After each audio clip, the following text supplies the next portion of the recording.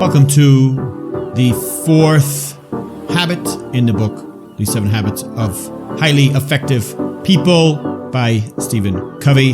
In this lesson, we're going to talk about the people you work with, the people you deal with in your life, how to better react and better act with these people in order to manage our relationships in a positive, productive way.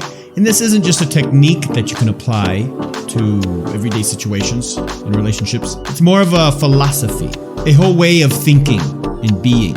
In the book, he talks about 6 paradigms or six patterns of relationships. I'm not going to talk about each one here. I'm going to talk about a specific one, win-win, where your relationships at work and in your personal life are mutually beneficial and cooperative, where all parties involved, all people involved, come out a winner. I'm going to talk about how you can create these relationships and also the benefit of creating win-win situations for work, for your personal life as well. If you want to get into more of the paradigms, more of these patterns of relationships, I suggest you look at the book, read the book. It'll talk about each one because there are certain situations where each one might be the most effective. But again, in this episode, let's talk about win-win situations so we can get farther, be happier, and be more liked. Let's do it.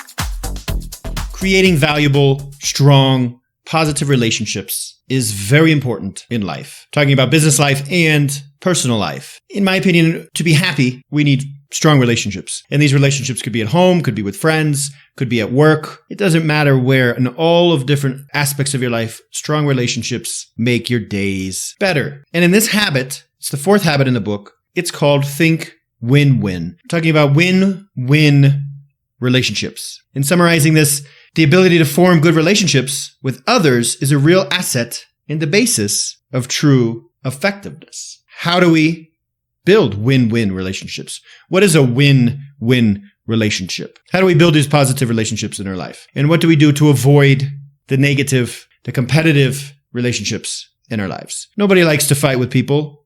Well, I guess some people like to fight with people, but most people don't like to feel angry and upset with others.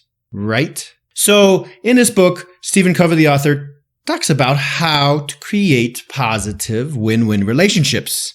And let's get into that. Most people in life have a scarcity mentality. They think that there's only so much to go around, and that if somebody wins, somebody else has to lose. If somebody makes more money, somebody else will lose money. If somebody gets a promotion at work, somebody else will lose. He refers to it as the whole cake or the whole pie. You think there's a pie and there's only so much pieces of that pie to go around. So you're trying to get your own piece of the pie. This would not be a win-win relationship. A win-win relationship, summarizing this, is knowing that working together with other people, working towards common things, cooperating, helping others, being of service to others is how we form positive relationships. And these positive relationships bring us the most success and happiness. So a big difference here is 2 types of thinking. There's scarcity thinking, there's not enough for everybody, or abundance thinking. It means there's plenty to go around. There's plenty for everybody. Having an abundance mentality is important to build strong relationships that last. And we're talking about what's going to affect your future. In the future, what's going to help you continue to progress and succeed and to be happy. If you're thinking about now and you're competing and you're trying to win certain situations, a win-lose mentality, you're trying to win now, trying to get your piece of the pie because there's not enough to go around, you're following this scarcity mentality, then okay, you might win for now, but in the future, when you encounter this person again or this person is involved in something that you might be involved in, you might not win. You're creating negative relationships and these can come back to haunt you. These can come back to hurt you. So having an abundance mentality of thinking there's enough to go around, my job, my objective should be to help others get their piece of the pie as well as me get my piece of the pie. This will be creating positive relationships, which will help you build a better future. Something that I noticed from past experiences, whenever I would meet like a manager or a supervisor or a vice president of a company, people that are not quite at the top, but very close to the top, often these people are very competitive. They're not very nice. They're always seeming like they're trying to get ahead and trying to push ahead, and they don't care what happens to other people. Their job is to get to where they need to be. They want to win. And you can kind of see why they would be put in their place. You got the president or the CEO of the company. He wants people to be fighting for their company. And then interestingly enough, what I notice is the CEOs, the presidents, the people at the top are often very, very friendly, very nice, very open. Even with people that don't have a lot of significance to them or don't mean a lot. They listen to them. They give them attention. They're friendly. And it makes sense. They know how to create relationships. They know the importance of relationships.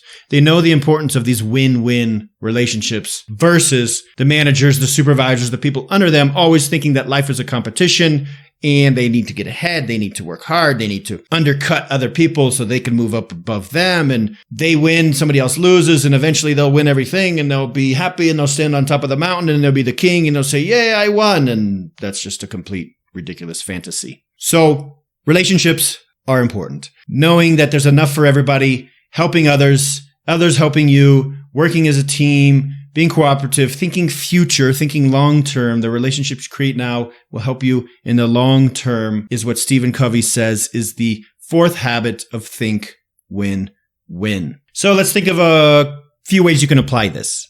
Think about an upcoming interaction where you'll be attempting to reach an agreement or a solution at work or at school, in your life. Something that's going to come up. Something that's coming where you need to agree or solve something. Write down a list of what the other person is looking for. What do you think this person will want from this situation? Next, write a list next to that of how you make an offer to meet those needs. So what can you do to help this person get what they want? Don't go in there thinking, what do I need? Go in there thinking, what do they need? How can I help them get what they need? Action step 2. Think about 3 relationships in your life.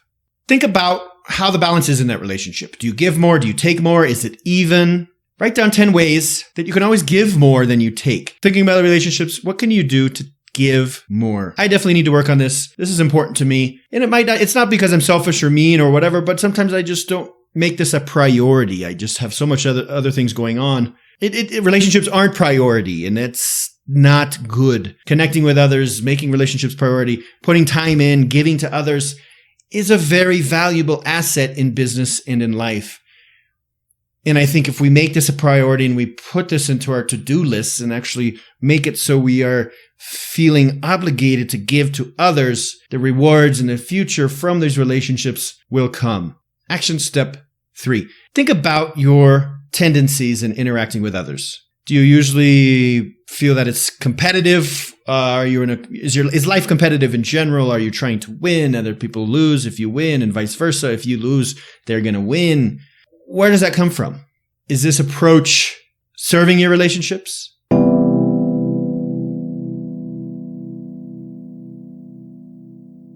Time to discuss some vocab from this lesson. One is scarcity, which is the opposite of abundance. Scarcity is when you do not have an excess of things. You have a very limited amount, a very limited number. Do you have a scarcity mentality? Mentality meaning your mindset, the way that you think. You have a scarcity mentality. You don't think there is a lot of resources or things to be shared. There's a limited, very limited number. When you're buying something, often you'll see companies and marketers use the tactic of scarcity. They say, oh, there's only 2 days left to buy this, or there's only 1 spot left. Buy it before it's too late. This is using a tactic of scarcity, creating the idea, either real or perceived idea, that there is a limited amount of time or spaces left. So it forces you to desperately buy something. It's a good tactic. Another expression here is to go around. There's only so much to go around. To be spread, to go around means to be shared. I only have 6 beers. That's not enough to go around. That's not enough to be shared with everybody.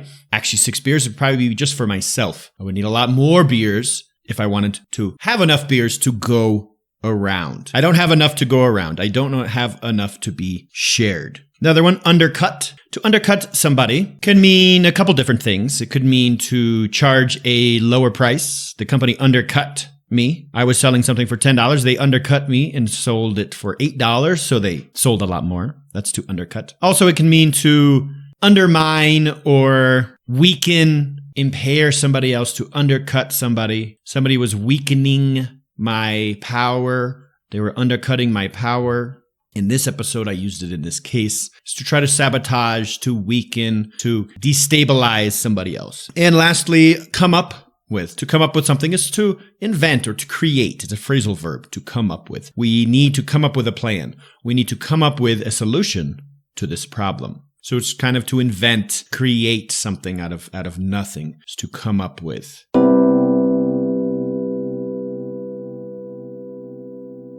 So I hope this helps. Building positive relationships is important, so important. And having the courage to do so. It takes courage. Stephen Covey talks about this too in the book. It's not easy to do this. You have to be courageous. So here's to you and your courage, and here's to myself and my courage to be able to know that there's an abundance in life, and we all should help each other achieve what we want. And if we do, we'll get back with things. And the joke of the day. Why did the cookie go to the hospital? Why did the cookie go to the hospital? Because he felt crummy. Don't know what crummy means? Well, you'll have to go to feelgoodenglish.com to find out. Bye-bye.